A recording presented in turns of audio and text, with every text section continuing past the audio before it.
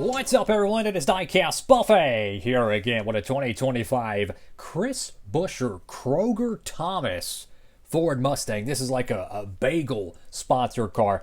Probably one of the most random diecasts we could possibly have from 2025. It's an advent calendar exclusive, massive W for this diecast getting produced.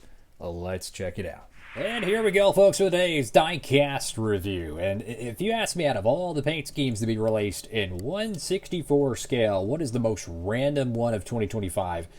This is up there. I did not have the Chris Buescher Bagels car on my bingo card for 2025, but here we are. And this one is just, it's one of those paint schemes that you're going to probably forget about, look back years from now and be like, wow, this one actually raced. Yeah, it did. And it's really thanks to the Kroger partnership that RFK has, where they get so many random products and sponsors, and inevitably that leads to diecast, like the Cinnamon Toast Crunch car.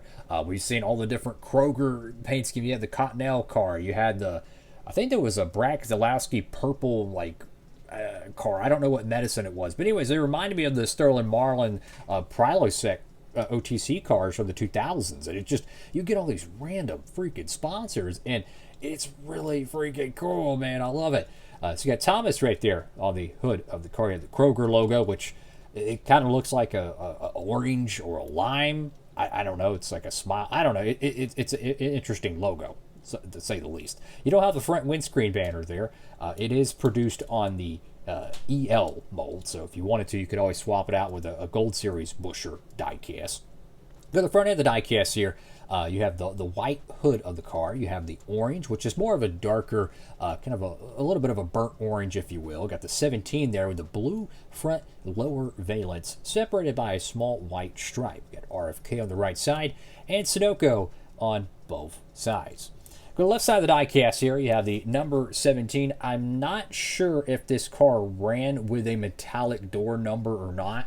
Low key, I don't mind if it did and they didn't produce it on it, because it still looks really freaking good without the chrome number, but I'm not sure on that.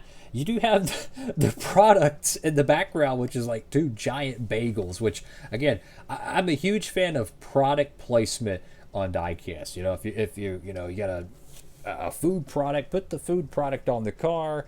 If you got, a drink, put the drink on the car. I think that is such a cool thing.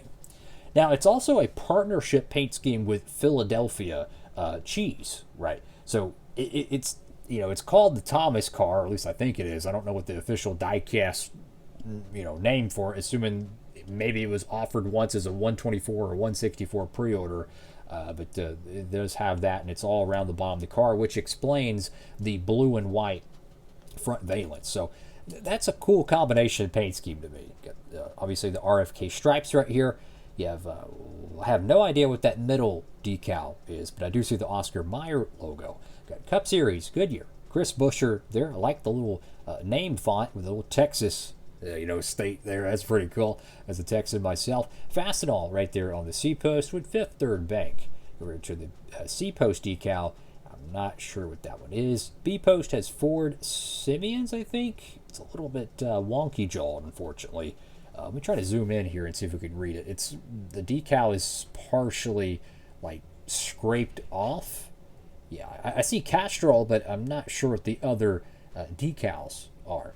And I also don't know what racetrack this paint scheme ran at. They ran so many different Kroger cars. I want to say every week they had at least one car that had a Kroger livery on it. They had three, full-time Roush cars during the 2025 season.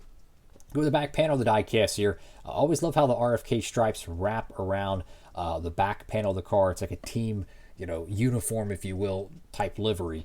You have the Thomas decal there with the Philadelphia logo. You have your Kroger decal there with Fry's as well. I think that's what it is. I have no idea. Ford, RFK on the left side, and then 17 on the right side. Notice the orange 17.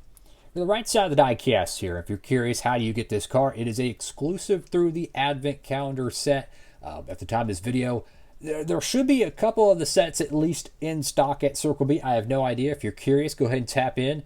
I have a shipping discount code if you'd like to use it. You don't have to. It would help you save on that as well. But if it's still in stock, you can pick this up. They have a ton of great paint schemes in this diecast set. The Justin Allgaier, Branded Peach car. You have the Christopher Bell Phoenix Race Win, Corey Heim, Safe Light truck, Ben Rhodes, Campers Inn truck.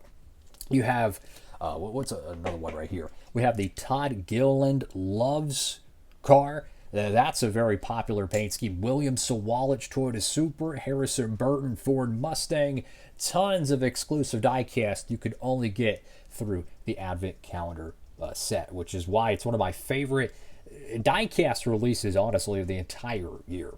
At the top of the diecast here, you have the blue number 17 once again, which is, copying the color, so to speak, of the dual partnership, which I think is a cool way they tied the whole paint scheme together.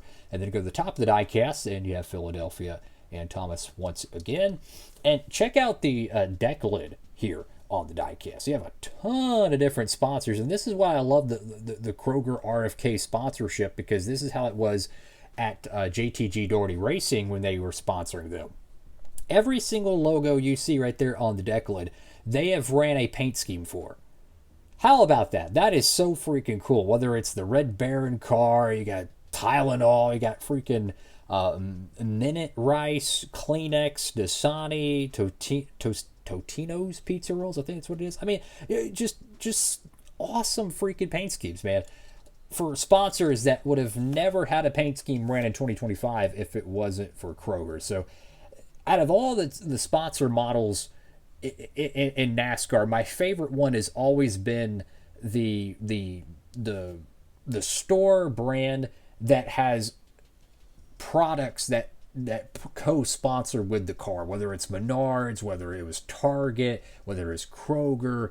They always have amazing liveries. And then, of course, you think about the Kyle Larson paint schemes he had. You think about the Juan Pablo Montoya paint scheme. Just so many, awesome ones with Target. The Menards cars, whether it was Paul Menard or Brian Blaney or Matt DiBenedetto or even Austin Cindric, because he's ran some Menards paint schemes as well.